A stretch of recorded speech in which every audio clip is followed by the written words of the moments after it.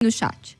E agora vamos falar de Copa Sul-Americana, porque o Cruzeiro vem de vitória na Sul-Americana e também foi beneficiado pelo resultado do outro jogo do grupo e agora pode se classificar em primeiro do grupo, né? Vamos falar um pouco de Cruzeiro, né, Nath? Porque enfrentou o La Calera no meio da semana, venceu por 1-0, Matheus Pereira aí deixando dele e uma motivação a mais, né? Porque pode ainda classificar em primeiro do grupo. Então põe na tela a classificação, porque o improvável aconteceu, Ale Oliveira. O nosso Caracas... O nosso Caracas não, o Caracas é do Atlético. O nosso Aliança, o nosso Aliança. O Caracas da Sul-Americana. O nosso Aliança fez o serviço, viu, Ale Oliveira? E agora o Cruzeiro só depende dele. Aí nas redes sociais está um misto de sentimentos, né?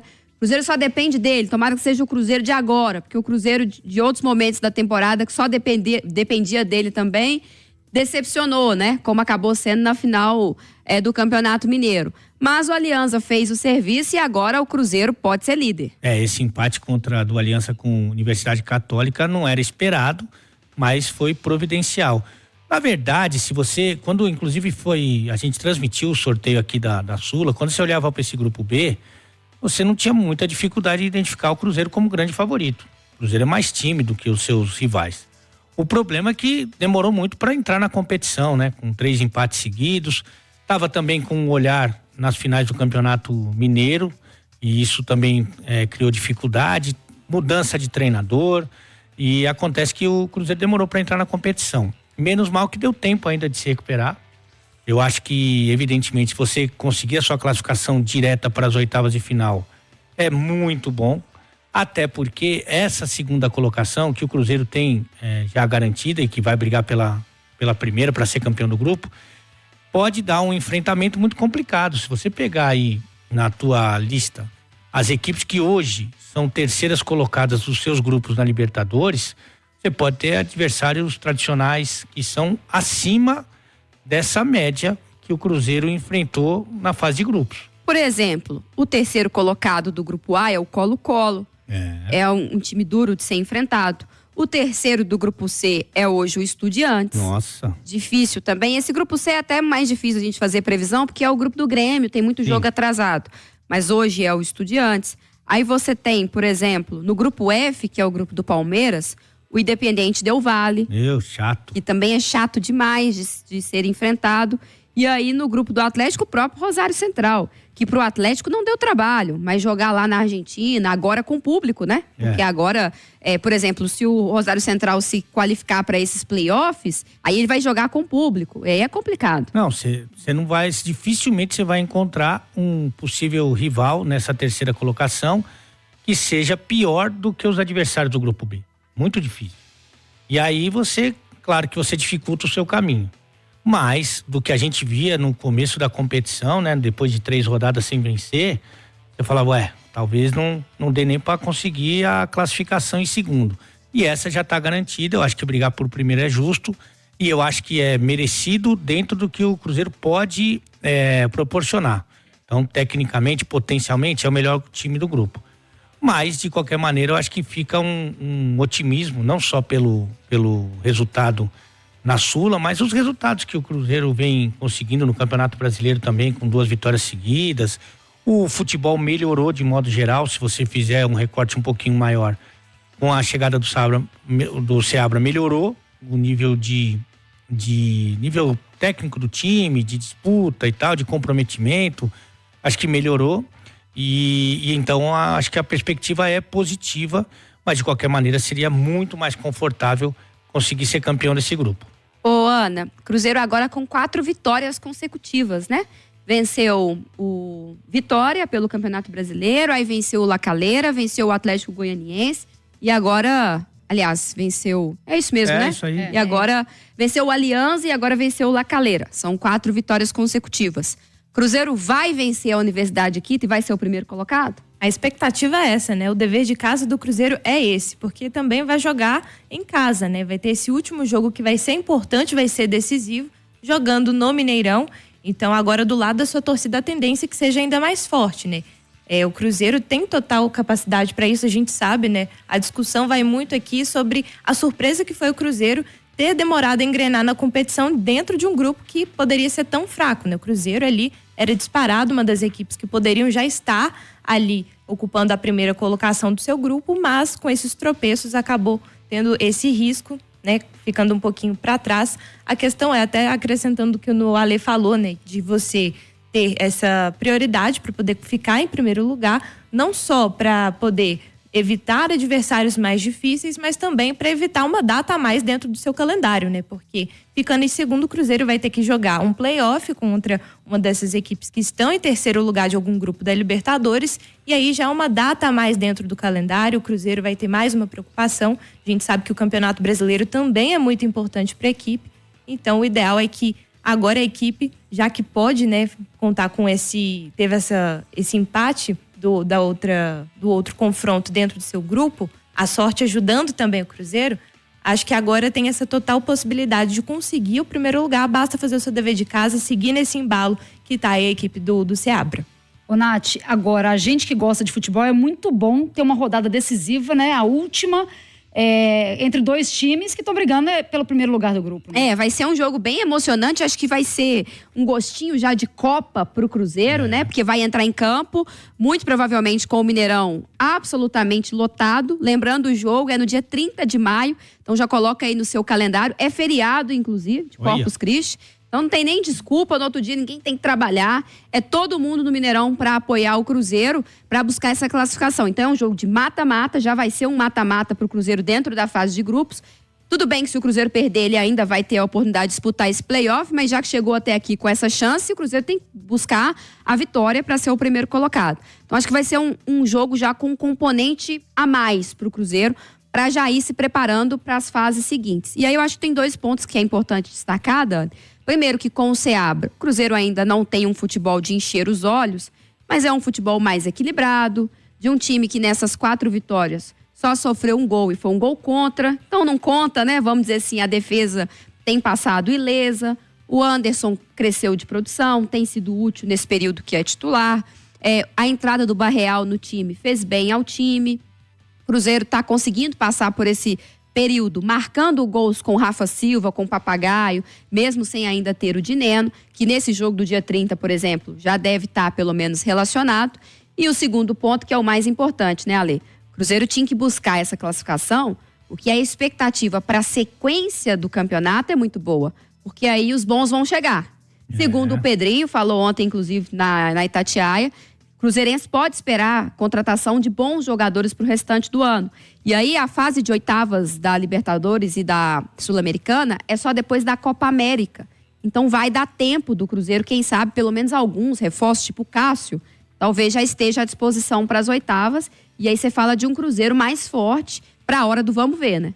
Você não tem a dúvida disso, né? Essa é a marca dessa direção e até a própria competição, ela começa a engrenar mesmo, ela começa a pegar fogo a partir do mata-mata, né? Porque realmente, se você for ver o nível técnico da maioria das equipes, claro que você tem ali algumas exceções, né? Como, por exemplo, o Boca, como, por exemplo, o Atlético Paranaense, o Internacional, o próprio Corinthians, são equipes que têm tradição e têm um bom nível, mas a maioria são equipes fracas, né? São muito frágeis, né?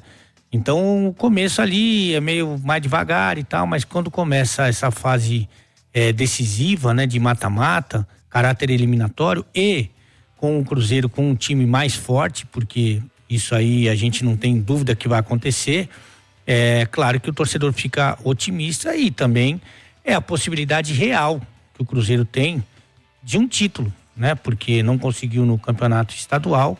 Já foi eliminado da Copa do Brasil, aliás, que traz também um prejuízo financeiro, e não é favorito para ganhar o Campeonato Brasileiro, né? Então a Sul-Americana, ela ainda tem esse componente. Então acho sim que o Cruzeiro agora pegando gosto pela competição, daqui a pouco ali na frente, um pouco mais forte, com mais opções para o seu treinador, eu acho que ele pode sonhar com algo muito maior. Ana, assim como nós fizemos no Atlético, para você, quem foi o protagonista do Cruzeiro nessa fase da Copa Sul-Americana? Olha, vamos lá. Eu acho que a Nath pontuou bem, né? A crescente que o Anderson teve, fez defesas muito importantes, inclusive nesse jogo contra o La Calera, teve algum momento ali em que o adversário passou a pressionar um pouquinho o Cruzeiro e o Anderson conseguiu segurar muito bem a barra, mas acho que a gente pode falar também do rei das assistências, né, Matheus Pereira, que inclusive é o artilheiro do Cruzeiro na Copa Sul-Americana, fez poucos gols, mas com 2 gols marcados e 2 assistências.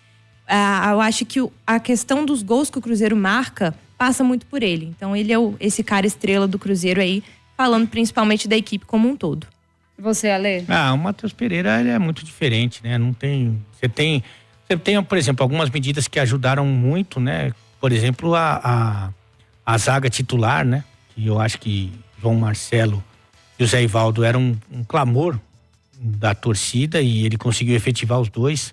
O Neres vinha ficando com essa titularidade, por incrível que pareça, e eu acho que isso já mudou, isso foi importante. Ele deu moral também para os jogadores experientes do meio campo, o Lucas Silva e o Lucas Romero, também isso foi bacana. Então o Barreal entrando, acho que ele deu uma contribuição importante do ponto de vista técnico, mas o Matheus Pereira, ele sobra, né? Ele é muito diferente do resto da turma e mesmo quando ele joga mal, ele tem uma participação decisiva. Então, para mim, o Matheus ainda é o jogador mais influente desse time. É poupa-tempo, né? É o MP10, é o craque do time. Talvez até o restante da temporada ele não seja um craque solo, né, Ale? Às vezes ele pode ser um craque em meio a outros jogadores extra classe. Um deles, Dani, tá chegando, hein? Eu quero saber a opinião de vocês. Essa contratação pro Cruzeiro, a sua opinião foi boa?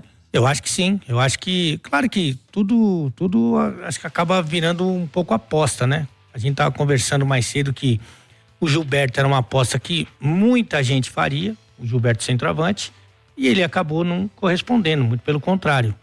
Mas é uma aposta que muita gente faria, eu inclusive. Essa do Cássio é uma aposta que eu faria. Eu acho que se você for conversar, discutir, se o Cruzeiro teria a condição de trazer outros goleiros do futebol brasileiro, eu acho que é válido. Talvez o Cássio hoje não esteja na primeira prateleira, certamente não está.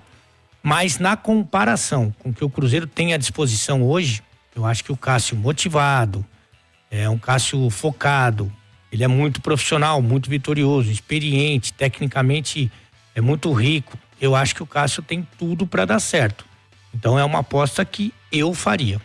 Ô Ana, o que o Cássio vai trazer ao Cruzeiro que o Cruzeiro não tem hoje? Eu acho que a experiência fala muito alto nesse momento, né? Porque hoje o goleiro titular do Cruzeiro é o Anderson, que era um segundo goleiro, passou muito tempo no banco de reservas e agora ele tá tendo a oportunidade de mostrar o trabalho dele. Tá indo bem, tá indo conseguindo entregar dentro de campo com um bom desempenho, boas atuações, mas o Cássio traz essa experiência, né? Um goleiro que, como a Ale falou, não tá na prateleira do topo ali de goleiros que a gente tem dentro do próprio Campeonato Brasileiro, mas é um goleiro que tem muita história dentro do próprio Corinthians, um cara extremamente vitorioso, com muitos títulos, muita experiência. Eu acho que isso vai ser importante. O Cássio é um cara de liderança também. Então, ele chegando ao Cruzeiro, se identificando com o clube, ele pode ser esse homem também que vai motivar muitas das vezes a equipe. Esse cara é referência também naquele discurso ali dentro do vestiário que a gente vê que é muito importante também. Então a experiência acho que vai falar muito alto, principalmente pensando no que o Cruzeiro vai ter pela frente. Se tem a ambição de continuar na Copa Sul-Americana, chegar a uma final e de ficar ali na primeira página do Campeonato Brasileiro, na tabela de classificação, essa experiência vai ser muito bem-vinda. Eu acho que o Cruzeiro ainda tem um pouquinho de carência em relação a isso. O Cássio pode chegar agregando nesses aspectos. Eu acho que, assim, nada contra o Anderson e tudo mais, mas o Cássio mete muito mais medo do atacante do outro lado, né? Com certeza. Então, assim, é uma referência técnica, uma referência de liderança, um cara que tem muita história e um cara que o atacante do outro lado olha diferente. Pô, nós estamos indo enfrentar o Cássio. Numa Sul-Americana, numa disputa de pênalti, quem é um dos goleiros do futebol brasileiro com maior retrospecto de pegar pênaltis? Cássio. Né? Então, assim, eu acho que traz ao Cruzeiro talvez algo que falte nesse elenco. Jogadores mais cascudos, jogadores mais vitoriosos, para mudar mesmo a chave desse time. O Pedrinho começou a fazer isso, mudando a mentalidade dos que estão no comando, né? Que agora querem um Cruzeiro um pouco mais protagonista. sem atropelar as coisas, mas um pouco mais protagonista. E eu acho que o Cássio traz isso também ao time, Dani. Ô, gente, falamos então de Campeonato Brasileiro, Libertadores, Sul-Americana. Agora vamos falar de Copa do Brasil. O programa está chegando ao fim, então eu quero a opinião rapidinha dos nossos comentaristas aqui. Atlético mais do que favorito, né? Abriu uma importante vantagem contra o Sport. Pega o time pernambucano na quarta-feira que vem, Ale. Não é só a vantagem dos 2 gols, né? Do 2-0, é a vantagem técnica também. E o Sport sabe disso, embora vá fazendo uma grande temporada, uma grande campanha na Série B. Eu acho que o Atlético, se jogar dentro do que vem jogando, da normalidade, consegue essa classificação sem susto.